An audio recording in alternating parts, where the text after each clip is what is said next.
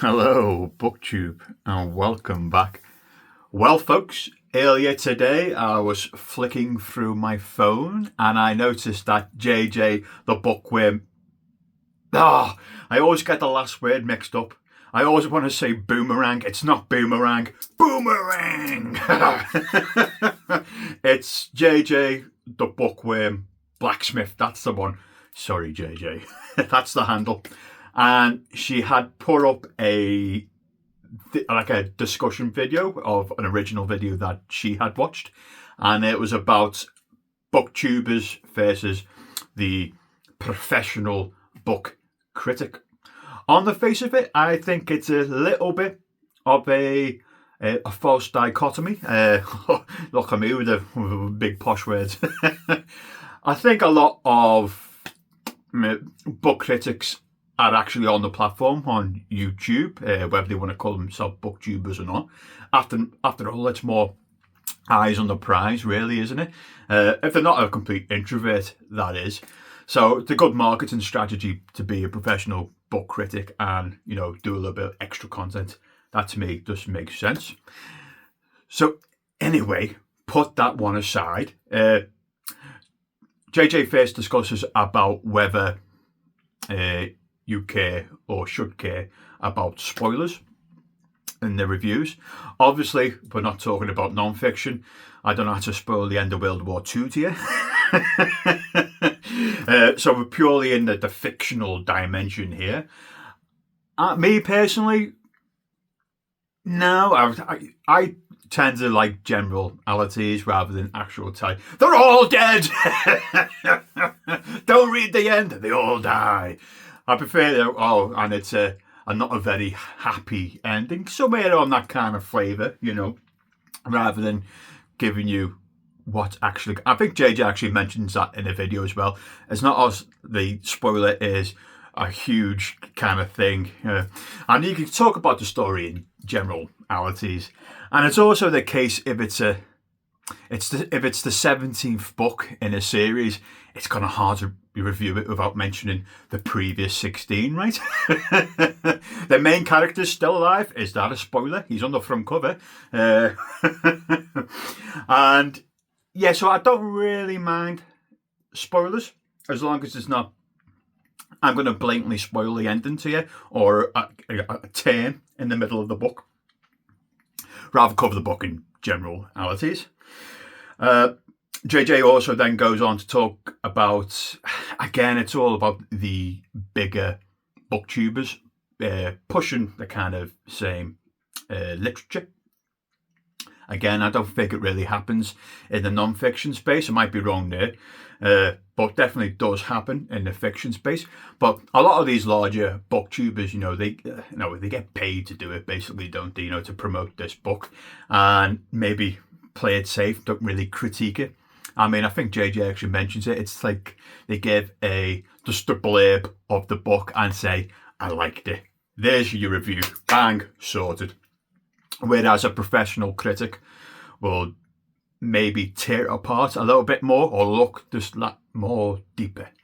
So they've got that aspect on Booktube of the really, the bigger YouTubers, booktubers, whatever you want to call them, pushing those same books in the echo chamber. And then I think JJ also talks about what makes you a quote unquote like a good book reviewer. How many books do you need to read to be a really good book reviewer? Do you need to read multiple genres? I don't agree with that at all. Depends what you review. If you are a reviewer of contemporary fiction, you don't have to really read the most recent fantasy release. If you are a historian, you can read history and review history all the live long day. You don't have to go into any other topic. So genres, I don't think it's applicable. Reading different, as JJ mentioned that books that have been published in other countries. Yeah, that always helps. With me, I always take my non-fiction brain. The more information you gain from anywhere to, broaden your arguments out, that's the best way to do it. than just one book, because that's what book reviewers do. Professional book reviewers do quite well, and which I like, and what I look for is when they draw on their experience of reading X volume by, I don't know, Max Hastings, and then read Y by Jeffrey Wabro. It's gathering all these different takes and then combining them to make your own personal conclusion of all the different arguments through non-fiction. So, on the face of it, yeah, I prefer the more book critic than booktuber. I mean, I've done reviews, but I always say in my reviews that I am not a book critic. These are more my opinions than an actual professional reviewer would do, where they'd go in, head first and tear the book to pieces, maybe. On this kind of platform, I was going to watch reviews at not as short as possible. A good, 10 minutes. That's why I keep mine to 10 minutes. And what you did like, what you didn't like. Can you connect it to a different kind of book, like another kind of history book? What was the tone? What was the strength and weaknesses? All that kind of good stuff, what goes towards a book review, rather than what we said earlier, a blurb, and then this book, it's great. It's the TikTok thing, isn't it? I've watched these 10-second videos and go, you need to read this video, you need to read this book. It's about magic. It's a great book. Boom, done, sold. Check, please. So yeah, so you've got and I also think there's a bit of professional jealousy with book critics against booktubers, because a lot of work goes into the professional book critique. There's some videos out there on TikTok or YouTube or any other social media platform that just gets tons of views, tons of eyes, and it's literally, as we said, a blurb, and the book's great. So, I get it, but each to their own. At the end of the day, I'm more focused on the book critic. I think JJ also mentions, again, going back to, how many genres or how well read do you need to be to provide a book critique. Do you have to be that well read to provide a critique?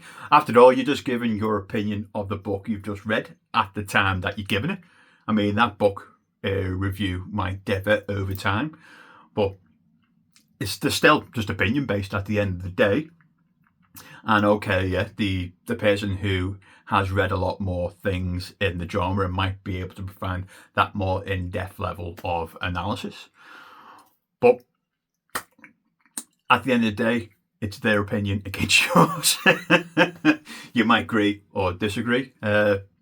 So there's no perfect solution of what's best, a booktuber or a book critique. Again, I think it's a bit of a false dichotomy. But I prefer book critiques. I prefer non-kind of spoilerish. I like when a book review kind of spiders out and talks about other books, and sometimes the author's other work, and how his narrative journey has progressed from his earlier novels or her earlier novels, or their earlier novels. So I think all that stuff is great stuff. Then JJ starts talking about what's good about this platform, which kind of supersedes and surpasses a book critique from The Guardian or anything. We're making the 100 greatest books of all time, in their opinion. I don't know how many. I consider myself quite well read, but I don't know how many times I've looked at those lists.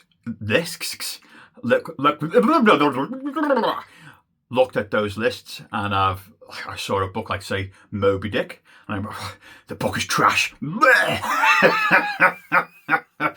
no, it's an American classic.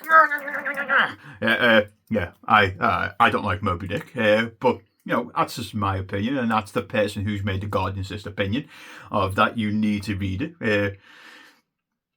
But yeah, as I say, JJ made this point towards the end of the video that something that Booktube does quite well, rather than professional book critics, is you can find your flavour. Again, you may, side note, you may get into an echo chamber like this, but you might find those booktubers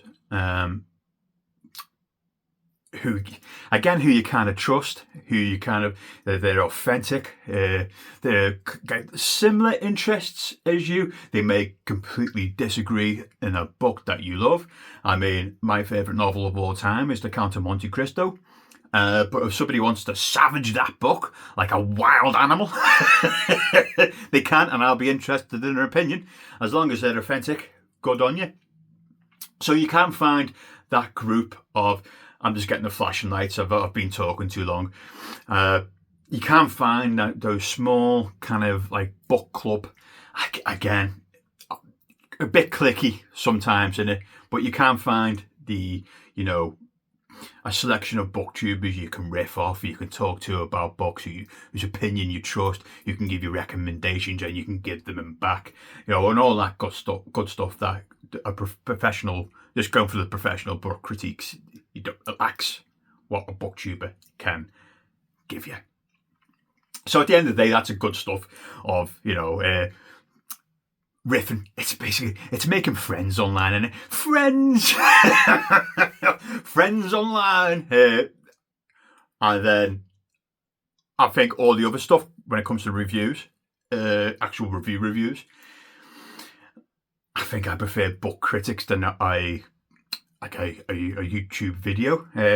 Again, a false dichotomy, because I think a lot of book critics actually make booktube content. Just my opinion. So yeah, I'll tag JJ. I was going to say boomerang again. Boomerang. So I'll tag JJ the Bookworm Blacksmith down below. Go and check her vids out. She's lovely. Go and check her stuff out. Go and give her a like and a sub. And that is it for me today. And I will catch you soon. Bye, Booktube.